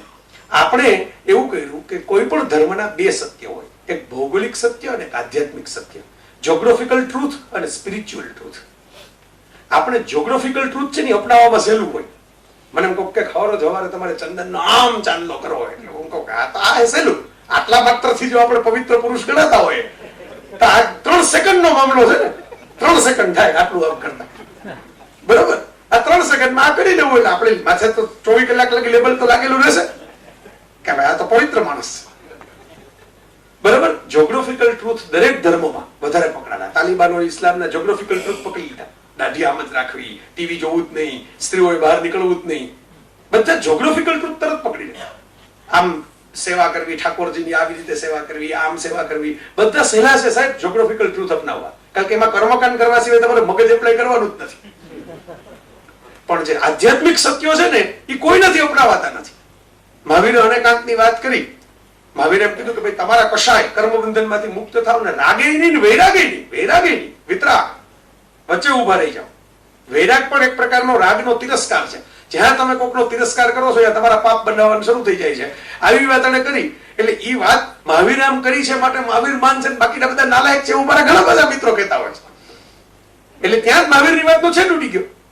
તમે મહાવીરને મહાન બતાવવા માટે બીજા નાલાયક કીધા ત્યારે જ અનેકાંતનો છેદ ઉડી ગયો, ત્યારે જ વિતરાગનો છેદ ઉડી ગયો. એવું આપણે દરેક ધર્મોમાં કરીએ છીએ. એમાં જ આપણે બુદ્ધને જ્યોગ્રાફિકલ ટ્રુથમાં પકડી લીધા કે એની ગુફાઓ, એનું સાધના, એનું ધ્યાન. ઘણા હવે ધ્યાન પણ ફેશનની જેમ કરવા જાય છે. બુદ્ધા મેડિટેશન, અમે 10 દિવસ બુદ્ધા મેડિટેશનમાં છીએ, પાછા આવે પછી એમાં કઈ ફરક તો પડતો નથી. આમાં ઘણા પાછા આવેલા જોયા છે. બરાબર? એમ આપણને કે મને બહુ પીસ મળી, પણ આપણા પીસ કરી નાખે એનું શું ફરક પડે નહીં ભાઈ કોન્ટેક્ટ લિસ્ટમાં. હા, એ ખરું. આ બ્રિજેશની સાચી વાત છે. અને રોટરી ક્લબમાં આપણે 2 ડિનર લેવા જાય, 5 સારા માણસો ઓળખતા થાય ગામના, ભવિષ્યમાં આપણે 2 ધંધો કરી શકીએ એની સાથે. એમ આ ફરક પડે કોન્ટેક્ટ લિસ્ટમાં. બાકી કોઈ ફરક તમે જોયો નથી. એટલે આપણે દરેક આધ્યાત્મિક સત્યોને આપણે માંડવાળ કરી નાખી. એમાં બુદ્ધ, તમે વિચાર કરો, બુદ્ધે મહાભનિષ્ક્રમણ જે કર્યું, સંસાર દુઃખ છે અને સંસાર ક્ષણમાં વેચાયેલો છે. ક્ષણિક છે બધું જે કઈ સંસારમાં છે, ક્ષણિક છે, મોમેન્ટરી છે, કાયમી નથી, પરમેનન્ટ કશું નથી. હવે આવી વાતો તમે વિચાર કરો. બાબા સાહેબને કારણે આપણે બૌદ્ધ ધર્મને સ્વીકાર્યો, બૌદ્ધ ધર્મ સુધી પહોંચ્યા, બૌદ્ધ ધર્મને જાળવી રાખ્યો ભારતમાં આબાને. બરાબર? આમ આપણામાંથી કેટલા સંસાર ક્ષણિક છે એટલો વિચાર પણ કરે છે ક્યારે બેઠા બેઠા. તો આનો અર્થ એ થયો ને કે આપણે ગોખલામાં બે મૂર્તિ રાખી કે બે ફોટા રાખ્યા અને એની સામે દીવો કરીને બે પૂજા કરી એટલે આપણે એમ માની લીધું કે મેં મારું કર્તવ્ય પૂરું કર્યું. તો આ બે જણાના આત્માને અન્યાય થાય, કારણ કે બે એવું માનતા હતા કે તમારે જો આગળ વધવું હોય તો જ્ઞાનની પૂજા કરો, અભ્યાસ કરો. અહોભાવ નહીં, અભ્યાસથી માણસ હંમેશા જીવનમાં ડેવલપ થાય છે. આપણે અહોભાવથી ડેવલપ થવાની વાતો કરીએ છીએ કે ફલાણો બહુ સારો, મહાન, મારો ગુરુ. પણ અહોભાવ રાખવા શું થાય? મારા દાદાના ફોટા સામે કે મારા કોઈ મોટા ગુરુ હોય એના ફોટા સામે હું રોજ ગાયના ઘીનો દીવો કરું અને એમ કહું કે ભાઈ એને સોનાની હવેલી હતી, હો તમે જોયું નથી અમારા 5 પેઢી પહેલા શું હતું. પણ હું ભાડાની ખોલીમાં રહેતો હોઉં મારે શું કરવાનું છે? સોનાની હવેલી, કારણ કે હું બહાર તો નીકળતો નથી. આ મારી ખોલીમાંથી એક મકાન બનાવવા માટે, ફ્લેટ લેવા માટે. તો ફ્લેટ તો લ્યો, પછી હવેલીના ફોટાની પૂજા કરજો, એમાં ટીંગાડજો ફ્લેટમાં. એટલે હું કહું છું, મારી વાત કદાચ કરવી લાગે આપ બધા મિત્રોને, પણ મારા અનુભવમાંથી આવેલું જ્ઞાન કહું છું કે બુદ્ધ અને બાબા સાહેબને આજના દિવસે, મારી છેલ્લી 5-7 મિનિટની વાત છે કે આપણે હવે જો તર્પણ કરવું હોય ખરા અર્થમાં, તો તર્પણ આપણે અહોભાવ ઓછો કરીએ અને અભ્યાસ વધારીએ, આ બેનો તો થશે. એ અઘરું કામ છે. બધા જેટલા અત્યારે આમ કરે છે એમાંથી બહુ ઓછા કરે છે, એ મને અનુભવ છે. બરાબર? કારણ કે એ વખાણ કરે, વખાણ કરવા એ જગતનું સહેલામ સહેલું કામ છે. આપણે કરતા હોય ને, કોકના લગ્નમાં જાય તો વખાણ કરીને નથી આવતા. ભલે ખાવાનું ન ભાઈ ઓલો પૂછે તો આપણે કોઈથી કીધું કે આ રસ ઉતરી ગયેલો હતો, શાક બપોરનું હતું, એવું કોને કીધું મોઢે ચડીને? એટલે આપણે ત્યાં એમ જ કહીને આવીએ કે બહુ સરસ, બહુ સરસ, બહુ સરસ, પ્રેમથી જઈએ આપણે. બરાબર? એને વિવેક કહીએ આપણે. હું એમ નથી કહેતો કે અવિવેકી થઈ જાવ, હું એમ નથી કહેતો કોકને ત્યાં જઈને થાળી પછાડવા માંડો કે આ રસ કઈ આવા હોય. હું એમ કહું છું મિત્રો કે અહોભાવ પ્રગટ કરવો એ તો માનવ સ્વભાવ છે, પણ અભ્યાસ કરવો ને ત્યાં જ માણસ પોતાની ઊંચાઈ પ્રાપ્ત કરે છે. ઊંચાઈ પ્રાપ્ત કરવી હશે ને, અને આજના જમાનામાં આપણે વિચાર કરો કે હવે તો તમે વિચાર કરો જ્ઞાતિના, હજી તો આપણે એમાંથી બહાર નથી નીકળ્યા. હું તો જે દુનિયા જોઈ રહ્યો છું ને એમાં દેશના ચોકઠા ઓબ્સોલેટ થઈ જવાના છે, આઉટડેટેડ થઈ જવાના છે. આજે આપણને કાવું કહીએ તો આપણને કોન્ટ્રોવર્સી થઈ જાય કે લે દેશમાં થોડુંક એમ કે મારો દેશ. પણ હવે તમે વિચાર કરો, ટેકનિકલી આંકડાકીય રીતે પૃથ્વીની 7 અબજની આસપાસની વસ્તી ગણાય, એમાંથી 5મા ભાગની એટલે એક મોટા ખંડ જેટલી કે ચીન ભારત જેવા મોટા વિરાટ દેશ જેટલી વસ્તી છે એ પોતાના વતનમાં નથી રહેતી, વતનની બહાર જઈને રહે છે. અહીંયા આપણા કેટલા સગાઓ, કોઈક રાજકોટમાંથી ઓસ્ટ્રેલિયા રહેતું હશે, કોઈક કંઈક બીજે રહેતું હશે, કોઈક કેનેડા રહેતું હશે. હવે એના સંતાનો ક્યાં ના ગણાશે? એ કયો દેશ પ્રેમ રાખશે? કન્ફ્યુઝિંગ ક્વેશ્ચન છે સાહેબ. ઓસ્ટ્રેલિયામાં ભણતા ભારતીયોના છોકરાઓ છે એ ઓસ્ટ્રેલિયાની ક્રિકેટ ટીમને ચીયર અપ કરે કે ભારતની ક્રિકેટ ટીમને ચીયર અપ કરે સેમીફાઇનલમાં? અને કોને ચીયર અપ કરે તો એ સાચા નાગરિક કહેવાય? મારો જવાબ તમારે જોઈએ છે? મારો જવાબ એ છે કે જે સારું ક્રિકેટ રમે એને. ભલે આપણને હરાવી જાય પણ સારું ક્રિકેટ રમે તો આપણે એક સેલ્યુટ તો આપવી પડે કે ભાઈ મજા આવી ગઈ મેચ જોવાની, આ લાયક હતા. આ છે ને, આ જવાબ હવે વધશે, કારણ કે આ ઇન્ટરનેટે, આ મોબાઈલે, આ ટેલિવિઝને આ ભૌગોલિક સરહદો મિટાવી દીધી. અને કુદરત માટે તો આ સરહદ કોઈ દી હતી જ નહીં સાહેબ. નેપાળમાં ધરતીકંપ આવે ને આજકા અમદાવાદ લગી ફીલ થાય આપણને, અને આપણે અહીંથી અનાજની ગુણ લઈને દોડતા પહોંચી જાય નેપાળ. બરાબર? વિચાર કરો, આ આપણે માટે એમ છે કે આ નેપાળ છે, આ ભારત છે, આ સરહદ છે, આ લશ્કર છે. ઉપરવાળા માટે તો એને બનાવેલી મોટી જે દુનિયા છે એમાં ખૂણામાં પડેલો એક પિંગપોંગનો પ્લાસ્ટિકનો આવડો દડો છે આ પૃથ્વી, અને એની અંદર એમ કે એક હિમાલયની પ્લેટ આમથી આમ ખસે એમાં 15-20 દેશને અસર થઈ જાય સીધે સીધી. હવે તમે એ ચોખ્ઠા કેવી રીતે પાડશો? જે વોટ્સએપમાં તમે આ મિનિટે અમેરિકામાં કેટલો બરફ પડતો હોય એના ફોટા ને વિડીયો આખે આખો અપલોડ કરેલો જોઈ શકો, તમારા ફ્રેન્ડે અમેરિકાથી મોકલાવેલો. હવે તમે ક્યારે એમ કહેશો કે હું તો ભાઈ ગોંડલમાં મોટો થયો એટલે મને શું ખબર પડે દુનિયા કેવી હોય? આ જે ઇલેક્ટ્રોનિક માધ્યમો છે સાહેબ, એ 30-40 વર્ષમાં, જેમ અત્યારે તમે ઓબ્ઝર્વ કરો, લખવાની શક્તિ આપણી જતી રહી છે. અમે બધા તો લેખકો, પ્રોફેસરો અને લેખકોની વાત નથી કરતો, અધ્યાપકો, શિક્ષકો, પત્રકારો બધાને લખવાનું આવે છે પેન લઈને. બાકીના કેટલા લોકો પેન લઈને શું લખે છે? પોસ્ટકાર્ડ તો કોઈ લખતું નથી હવે. પત્રોને બદલે મેસેજ થઈ ગયા. શાકવાળાને આપણે મેસેજ મોકલાવી દઈએ કે આટલા તૈયાર રાખજે, હું આવું છું લેવા માટે. અને આમાં મેસેજમાં બિલ મોકલાવી દે છે આપણને મહિના પછી. બરાબર? પેન લઈને લખવાની વાત નાબૂદ થઈ જશે. મને તો આ સેલ્ફીનો, જેને હું મજાકમાં ગેલ્ફી કહું છું, એને કારણે એવું લાગે છે કે 40 વર્ષ 50 વર્ષ પછી એક નવો હાથ કે નવો અંગૂઠો આવશે. અહીંયા હાથ આમ લંબાતો હશે અને અંગૂઠો આમાં ટચ સ્ક્રીન ઉપર થઈને આમ લાંબો થઈ ગયો છે. બરાબર? આવી દુનિયા થઈ રહી છે ત્યારે આપણે હજી જ્ઞાતિના ભેદભાવમાંથી, માણસના લેબલિંગમાંથી ઊંચા નથી આવતા. અહીં દેશના ભેદભાવ છૂટતા જાય છે દિવસે દિવસે. યુરોપિયન યુનિયન તમે વિચાર કરો, આપણો દેશ હારતો કેમ જાય છે, ગુલામ કેમ થાય છે? મેં એક સરસ અંગ્રેજી ફિલ્મનો ડાયલોગ સાંભળેલો, મને ચોંટી ગયો આવી લાગી કે કોઈ પણ અભેદ દુર્ગ, એટલે જેને પેલો એવો કહેવાય કે જે પાડી ન શકાય એવો કિલ્લો, જેને તોડી ન શકાય એવો કિલ્લો, ક્યારેય બહારના આક્રમણથી નહીં પણ અંદરથી જ તૂટે છે. પછી બ્લેમ કરવા માટે આપણે કહીએ કે બહારના આક્રમણ આ છે તે છે. આપણા દેશમાં મેં કેમ કીધું કે ધાર્મિકતા છે, આપણા દેશનો સ્વભાવ થઈ ગયો. એટલે જે દિવસે માની લો કે આ બધી કોંગ્રેસ નહોતી, ગાંધીજી નહોતા, હ્યુમ નહોતા, આ નહોતા, તે નહોતા, ભગતસિંહ નહોતા, સાવરકર નહોતા, આ કોઈ નહોતા, હિન્દુ મહાસભા નહોતી, એ વખતે પણ ગાયની ચરબી અને સુવરની ચરબી અહીંયાથી 1857 નો તણખો થયો હતો. કોઈ એમ નહોતું કીધું કે આપણે આઝાદ થાય એટલે આઝાદીને કારણે આપણે 5 રિફોર્મ આવે, 5 સુધારા આવે આપણી જીવન ને લાઈફસ્ટાઈલમાં. કીધું હું તો કે ગાયની ચરબીથી અમે ભ્રષ્ટ થઈ ગયા, સુવરની ચરબીથી તું ભ્રષ્ટ થઈ ગયો. ક્રાંતિ અહીંથી શરૂ થઈ એટલે ધાર્મિકતાનું વાયરિંગ થઈ ગયું મગજમાં. મને ધર્મનો વિરોધ નથી, બુદ્ધ પણ એક ધર્મ છે, ધાર્મિક આઇકોન છે. મારી એક જ લીટીની ખાલી એમાં જે છે એ મારું સૂચન છે, સૂચન, આદેશ નહીં, સૂચન, કે ધર્મ છે ને એ વ્યક્તિની અંગત બાબત છે અને આપણા દેશમાં એને જાહેર તમાશો બનાવી દેવામાં આવે છે. આ બધા કકળાટનું મૂળ છે. વ્યક્તિગત રીતે હું પૂજા કરું, પ્રાર્થના કરું, દીવો કરું, અગરબત્તી કરું, નમાજ પઢું, કુરાન વાંચું, ગીતા વાંચું, ન વાંચું, કાંઈ ન કરું, બરાબર, ઈંડાના સૂપ બનાવીને પી જાઉં, તમને બહુ ઓનેસ્ટ વાત કરું છું તમારી સામે. આ જે કરું કે જે ન કરું એ મારી અને જેને તમે પરમ ચૈતન્ય કહો એની વચ્ચેનો અંગત વ્યવહાર થયો. આપણે એને પબ્લિકમાં લઈ આવ્યા ને એટલે કોમ્પિટિશન ને કમ્પેરિઝનનો મુદ્દો થઈ ગયો.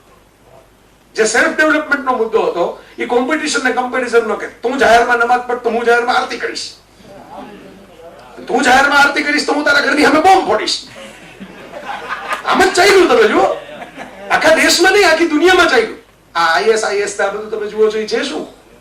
ઇવેન્ચ્યુઅલી પોતાના ધર્મને મારવા માટે. હવે તો એવું થઈ ગયું ને, આઈએસ કોને મારે છે? અત્યારે તો મુસ્લિમો જ મારે એવી પરિસ્થિતિ. પાકિસ્તાનમાં પણ આપણે ઓલા પેશાવરના બાળકોની ઉપર જે એટેક થયો તમે જોયો, બરાબર. આ તો એવો રાક્ષસ છે કે તમે બાટલીમાંથી બહાર કાઢો પછી બાટલી જલ્દી પુરાય નહીં, ધર્માંધતાનો રાક્ષસ. અને આપણે એ બાટલીમાં કેદ હતો, ત્યાંથી પાછા બધા બાટલીના બૂચ તો ખોલી જ નાખ્યું છે, પણ નીચેથી આખે શીશાનું તળિયું કાઢી નાખ્યું છે, એટલે એમનો મોકળો થઈ ગયો.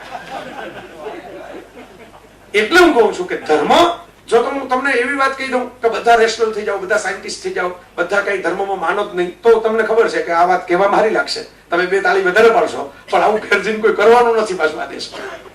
તો હું તમને પ્રેક્ટિકલ ઉકેલ આપું કે ધર્મને બુદ્ધે જે ઉકેલ આપ્યો, બુદ્ધે જે કહ્યું કે સાધના વ્યક્તિગત છે. બોધિ જ્ઞાન મને આ વૃક્ષની નીચે થયું એટલે લોકો એ વૃક્ષની ડાળી ઉપાડી લીધી, ડાળીના પાછા મંદિરો કર્યા. એના માટે પાછા શ્રીલંકા, ભારત ને ચીન ને બધા વચ્ચે વિવાદો ચાલે છે. ઓરિજિનલ વૃક્ષ કયું, ઓરિજિનલ ડાળી કઈ, એની ચર્ચા ચાલે છે. આમાં તો બુદ્ધને કેવું શું આવતું હશે તમે કલ્પના કરો. વૃક્ષની નીચે બેસીને બુદ્ધ થઈ જવાતું હોત તો બુદ્ધના જમાનામાં બધા બુદ્ધ જ હોત, કોઈ ભીખું જ ન હોત. તમારી અંદર સાધના, તમારી અંદરની સંવેદનશીલતા, પેલી હરમાનસની સિદ્ધાર્થ કથામાં બુદ્ધિઝમનો આખો સાર કેટલી સરસ રીતે આપવામાં આવ્યો છે કે પેલો ભટકે છે સિદ્ધાર્થ નામનો નાયક ચારે બાજુ, બુદ્ધિઝમ શું છે, જીવન શું છે, જીવનનું સત્વ શું છે ચેક કરવા માટે. અને હોળીવાળા પાસેથી એને જીવન શું છે એ મળે છે. હોળીવાળો એને બેસાડીને આ કિનારેથી ઓલા કિનારે લઈ જાય છે અને પછી એમ કહે છે કે આ પાણી તે જોયું? એટલે સિદ્ધાર્થ કે હા. સિદ્ધાર્થ એટલે સિમ્બોલિક નામ જ છે બુદ્ધની શોધનું. સિદ્ધાર્થ કે હા. એટલે એમ કહ્યું કે આ પાણીનું નામ એક છે પણ પ્રવાહ એક નથી.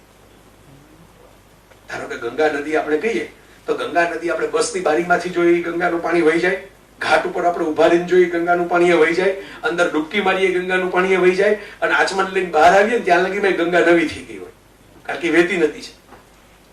જીવનમાં નામ એના એ રહેતા હશે, પ્રવાહ ક્યારે એનો એ રહેતો નથી. ત્યાં બધા જ આ વર્ણ વ્યવસ્થા ખરી પડે. આ એક વાત તમે સ્વીકારો તો જીવનમાં. એટલે આપણે એમ કહીએ કે મારા વંશમાં આમ થતું તેમ થતું, એ નામ એમને રહી જતા હશે, પ્રભાવ પડી જતો હોય એવું બને. ડોક્ટરની ઘેર કવિઓ પેદા થાય, કવિઓની ઘેર એક્ટરો પેદા થાય, થાય જ ને અમિતાભ બચ્ચન ને. અને તમારા મા બાપ બે સારા એક્ટરો એટલે તમે એક્ટર ન પણ હો અભિષેક બચ્ચન, પ્રભાવ ફરતો જાય. આ તો ચકડોળ ચાલે છે આખું, કોકની પાલખી ઉપર આવે કોકની નીચે આવે. મા બાપ બે એવરેજ એક્ટર ગણાતા હોય છતાં દીકરો સારો એક્ટર ગણાય, Ranbir Kapoor. You never know. Divine design કયો કે જે કયો આમાં તમે એનો સાર કાઢી શકતા નથી. એટલે સાહેબ મેં જાણી જોઈને કાકાજીભાઈ વેલ રિસર્ચ અને એમની તો અપેક્ષા જોઈએ આપણે પૂરી જ કરી. નિયમિત અભ્યાસુ જીવ છે, એમણે જે વાત કરી એ તો ટેકનિકલ વાત હતી.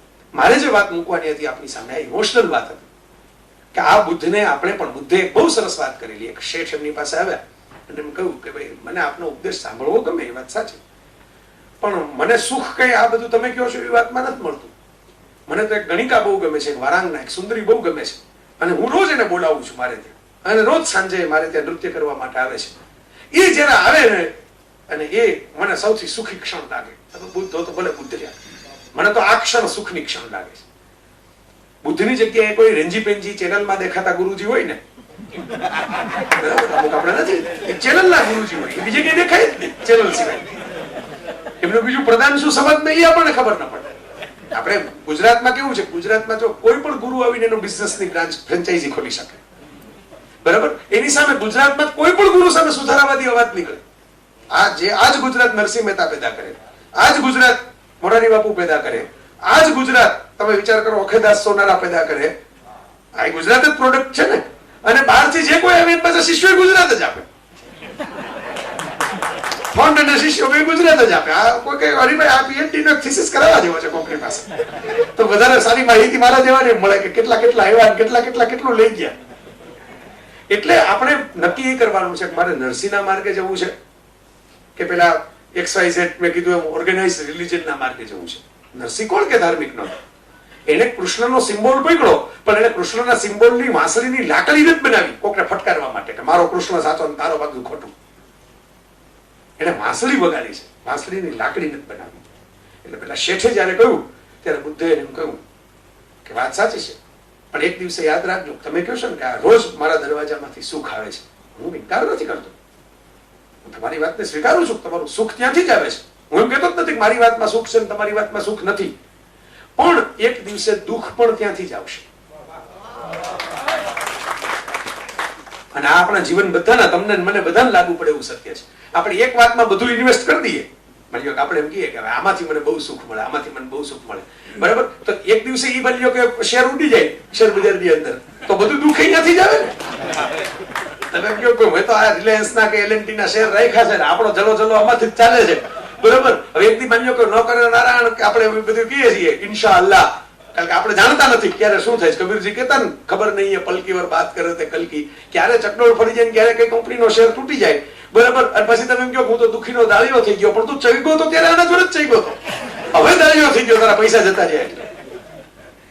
એટલે જે વિચાર કરો, જે દરિયો તમને 7 સ્ટાર હોટલની કમાણી અપાવે છે, બીચ ની સાથે કનેક્ટેડ હોટલનો પોતાનો બીચ, એ જ દરિયો સુનામીમાં તમારા 7 માળની અંદર જાનમાલનું નુકસાન કરે છે. જ્યાંથી સુખ આવે છે બીચ જોવાનું, ત્યાંથી જ સુનામીનું મોજું આવે છે. કાંઈ રાજકોટમાં ન આવે સુનામીનું મોજું, રાજકોટનું સુખ જ નથી દરિયા કિનારે જઈને બેસવાનું. બે એક સાથે ઇન્ટરકનેક્ટેડ છે. બુદ્ધની વાત એમ હતી કે જગતની દરેક ઘટનાઓ પ્લસ એન્ડ માઇનસમાં ઇન્ટરકનેક્ટેડ છે. જ્યાં સુધી તમને પ્લસ સાઈડ દેખાય ત્યાં સુધી તમને મહાન લાગે, જ્યાં માઇનસ સાઈડ દેખાવાની શરૂ થાય એટલે હરિભાઈ અરુણ શોરી પણ આ બાબત સમજી ન શકાય. વિદ્વાન માણસ, પત્રકાર અને પ્રામાણિક પત્રકાર, એને આપણે એટલું કહેવું પડે કે એને પોતાની વાત મૂકવામાં કોઈ જાતની, આજે ધારે તો એક ચેરમેન પદ લઈ શકે, પણ તો પણ એમણે એમની વાત તો પ્રામાણિક નથી મૂકી જ દીધી, એ જે માનતા થાય, બરાબર. પ્રામાણિક પત્રકાર પણ ક્યાં ઓછા પડે છે, અને અમુક ગાંધીવાદીઓ પણ ક્યાં ઓછા પડે છે. ગાંધીવાદીઓ એમ કે ગાંધી જેવો કોઈ અવતારી પુરુષ પેદા જ નથી, સર્વગુણ સંપન્ન 32 લક્ષણ આ જ હતા, આવું ગાંધીજીએ નથી કીધું. એને એમ કીધું કે મારા નામનો કોઈ વાદ હોય તો હું જેનો સૌથી પહેલો વિરોધ કરું, હું મારો અનુયાયી કાચો છું, તમે ક્યાં મારા અનુયાયી થવા જશો. એટલે આ જે સત્ય ની આવન જાવન છે ને, જે બુદ્ધે ગોતેલી, એ જો આપણે આપણા મહાપુરુષોમાં એપ્લાય કરીએ ને, તો આપણને સાચું ચિત્ર જોવા મળે, વાસ્તવિક ચિત્ર જોવા મળે. અને એમાંથી મેં કહ્યું એમ કે સમય મુજબની જે વાતો છે એ તો ગઈ, પણ સમય પછી શાશ્વત વાતો કઈ. મેં તો સંકલ્પ કર્યો છે, સુનિલભાઈ મને કીધું છે કે હું હેલ્પ કરીશ કે ડોક્ટર આંબેડકરના એવરગ્રીન કોટ્સનું એક પુસ્તક સંપાદિત કરવાનો છું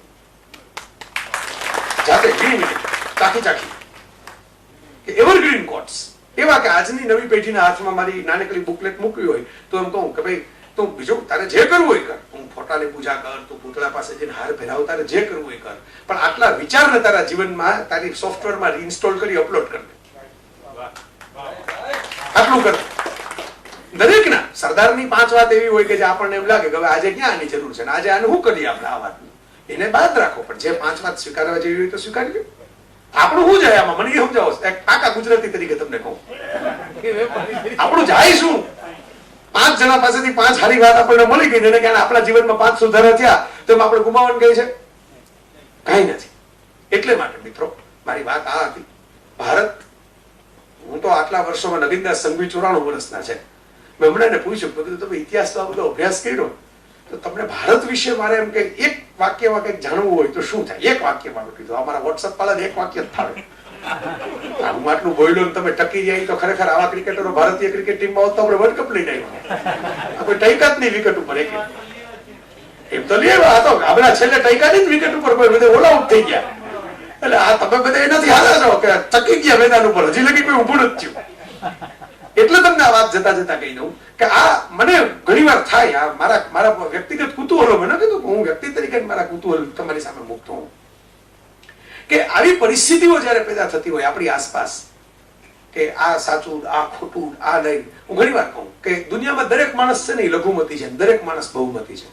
હું મારા વાળાના ટોળામાં હોઉં ને ત્યારે હું બહુમતી હોઉં, અને જયારે હું કોઈ પરદેશની અંદર એકલો બસ સ્ટેન્ડ ઉપર ઉભો હોઉં ત્યારે હું એ દેશની લઘુમતી થઈ ગયો. 24 કલાકમાં તમે બહુમતી લઘુમતીનો અનુભવ કરી શકો.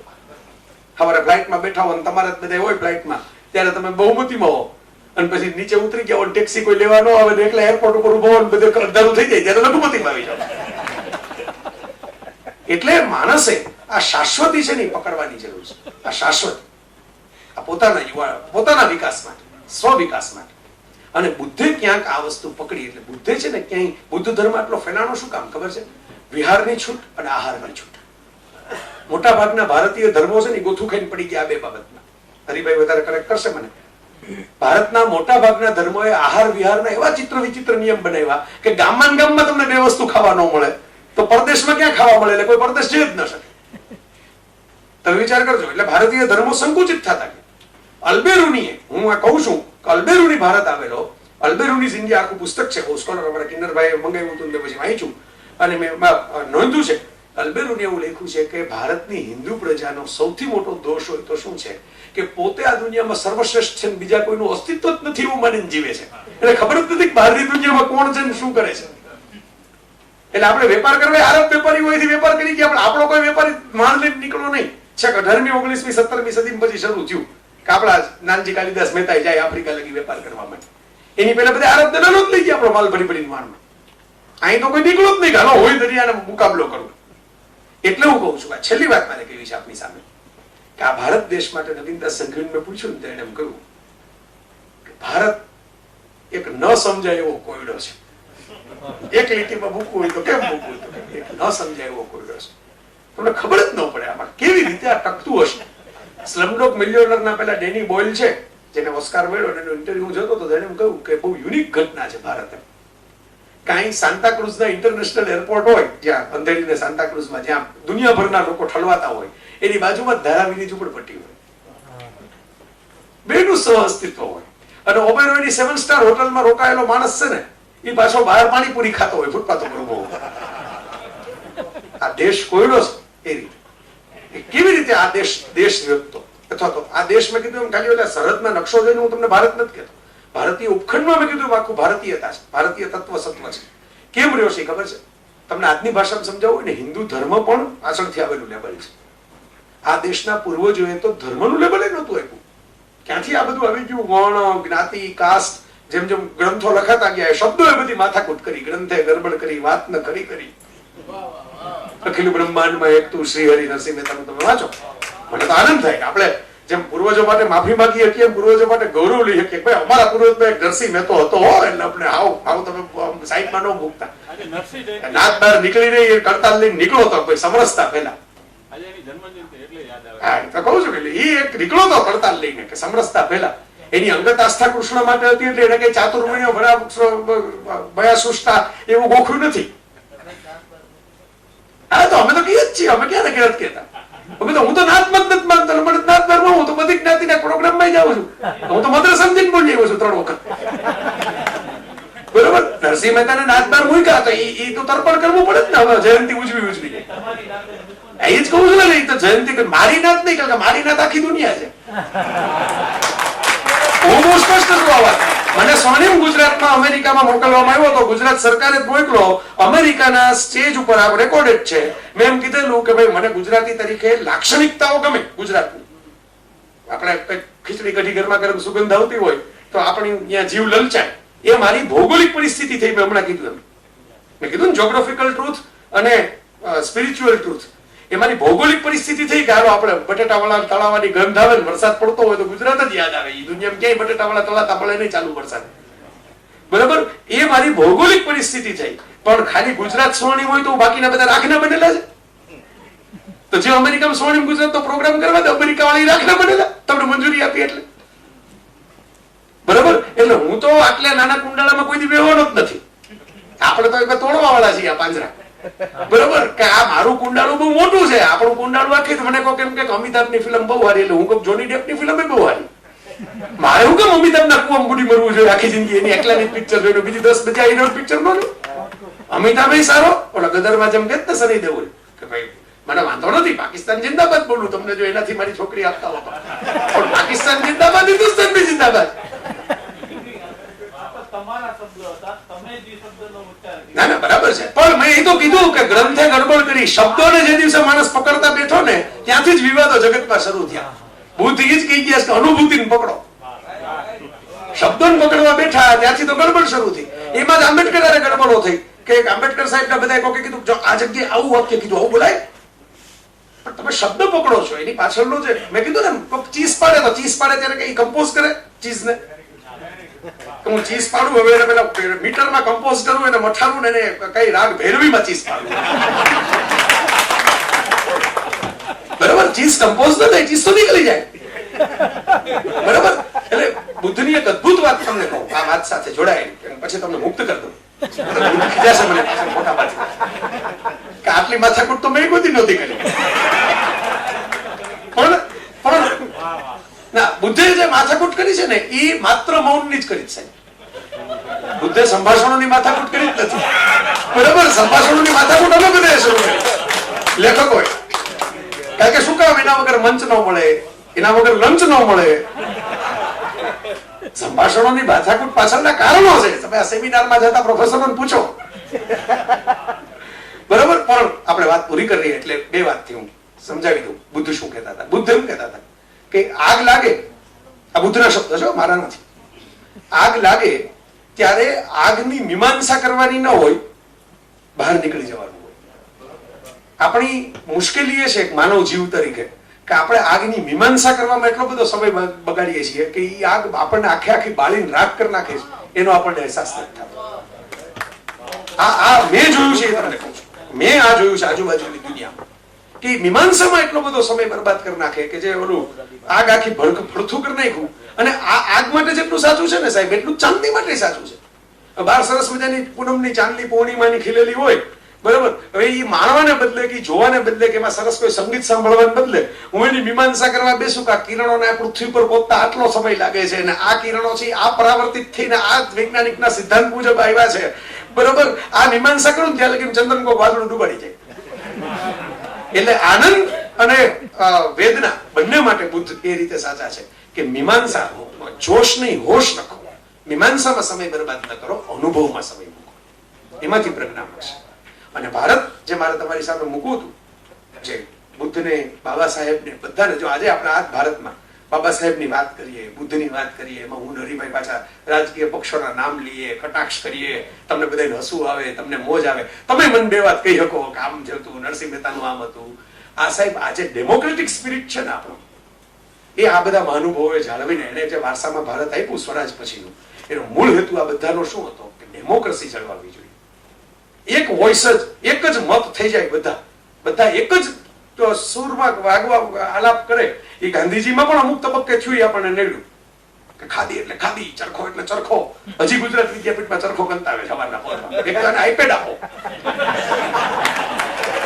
એ આઈપેડમાં કોન્સન્ટ્રેટ થશે અડધી કલાક લગી. આ ચરખામાં હું કેમ કોન્સન્ટ્રેટ કરો? વિદ્યાપીઠ પાસે પૈસા છે આઈપેડ આપવાના, નથી એવું નથી, જમીનો જુઓ તમે એની પાસે છે. એટલે હું તમને આ વાત કહું છું કે ભારત છે ને એને સમજવું હોય ને તો એ મોબાઈલની ઓપન સોર્સ એન્ડ્રોઈડ છે. એન્ડ્રોઈડમાં કોઈ પણ માણસ પોતાની એપ્લિકેશન રમતી કરે. હું એમ કહું, હું તો નાગરાજાનો અવતાર છું. અને હું આમ કરીને આશીર્વાદ આપીશ. આમાં મારી પાસે 50 જણા આવે એટલે 50 માંથી 5 ને તો ફાયદો થઈ જ જાય.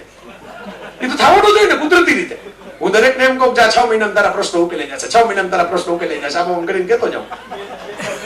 બરાબર, 2-4 જણા ઉકેલી જાય, બીજા 15-20 ને લેતા આવે.